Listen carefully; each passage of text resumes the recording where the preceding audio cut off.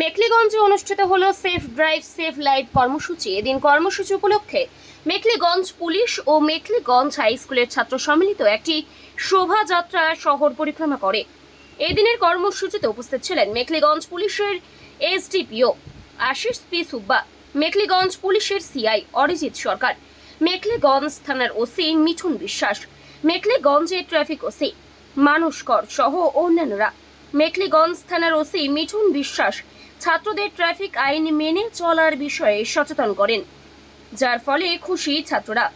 এই বিষয়ে কি বললেন মেখলিগঞ্জ পুলিশের এসডিপিও আশিস পি সুব্বা, আসুন শুনে নেওয়া যাক।